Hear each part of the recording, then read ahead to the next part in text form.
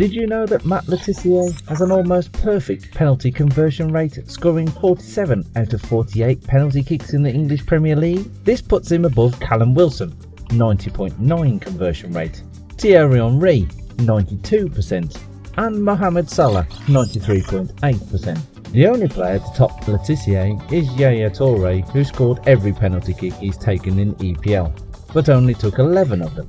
Anyway, let's dive into just how great Le Tissier was. But before we do that, we would like it if you could click the like button to support the channel. Remember, we make these videos for free for your entertainment, and that's all we ask for in support. Hit the subscribe button while you're there too. All set? Go grab a nice cool beer and let's get into it. Southampton's 21-22 season was a pretty scary one if you look at the numbers.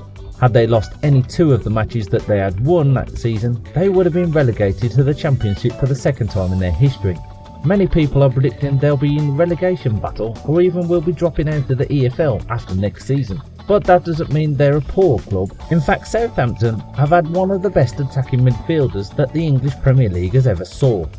In the last 5 seasons, we've had 6 players score 10 or more goals in the EPL, with Bruno Fernandes doing it twice in that time span. What if I told you Southampton had a player who after 10 seasons in the EPL averaged 10 goals a season with a season high of 25 goals for an attacking midfielder? Those are astounding numbers. Matt Le Tissier is the player we're talking about. He signed professionally with the Saints in October of 1986.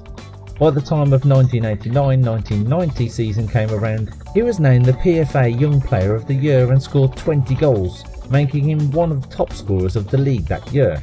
He also helped push Southampton that season to a 7th place finish, which would be their highest in the last 5 years. 2 seasons later, he would go with his team into a newly created English Premier League with 21 other clubs.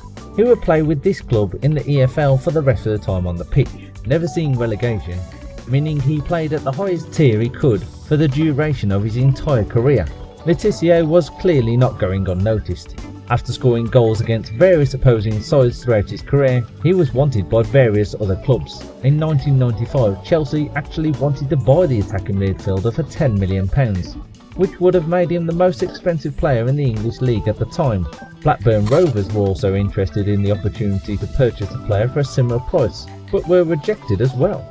In his 9th season in the EPL, he would become the league's first midfielder to ever score 100 goals. The memorable moment occurred on the 2nd of April in 2000 with a penalty to win a match against Sunderland.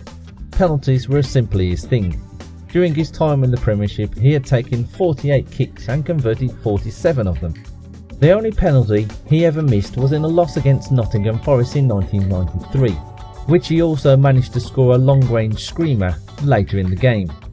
The goalkeeper who saved it was Mark Crossley, and he described it later in his career as the penalty save he was most proud of. That's coming from a goalkeeper who finished his EPL career with a 57% penalty save rate. Besides that, Matt Le Tissier took 6 other penalties in other competitions and scored every single one of them.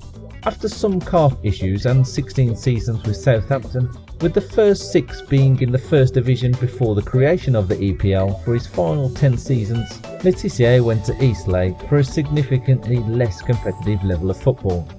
Eventually he would go into retirement, although he did return after 10 years to help Guernsey at one point when they were in need of players for a 17-match stretch in the span of 1 month. He had no recorded goals for either side. Most present-day fans will know James Ward-Prowse as the most iconic player of Southampton's squad as of right now.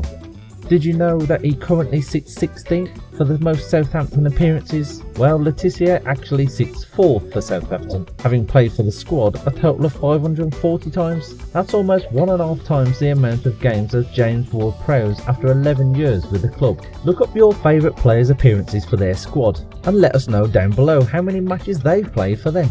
540 games is quite a lot of matches. Matt Le Tissier has definitely seen his fair share of stars, including the likes of Dennis Bergkamp, Nicolas Anelka, Frank Lampard, David Beckham and Eric Cantona.